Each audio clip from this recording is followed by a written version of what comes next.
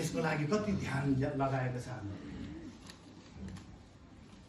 सेवा गर्ने मान्छेले के बुझ्नु जरुरी छ भन्दाखेरि जसको सेवा गरिराखेको छ उसलाई खुसी तुल्याउने चाहिँ उसको जीवनको लक्ष्य हुनु जरुरी छ। आमेन। उहाँ के कारणले खुसी हुन्छ यो कुराहरू हामीले बुझ्न जरुरी छ। त्यसैले आज तपाईले याद गर्नुपर्छ कि हामीले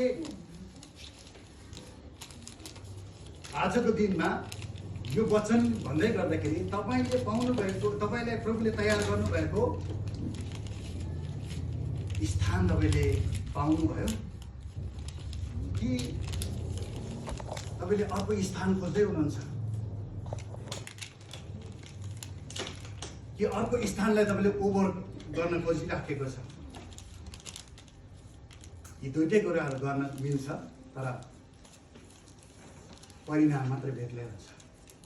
तर जब परमेश्वरले हामीलाई दिएको स्थानलाई कभर गर्छौँ नि त्यो ठाउँमा परमेश्वरले त्यसलाई चाहिने जीवन र भक्तिको लागि चाहिने सबै कुरो त्यही राख्छ। आमेन। मलाई प्रभुले के भन्नुभयो भनेदेखि चाहिँ शान्त मुहानमा शान्त पानीको छेउमा तिमीलाई डोर्याउने छ भन्ने कुरा मलाई सपनामा बोल्नुभयो। जब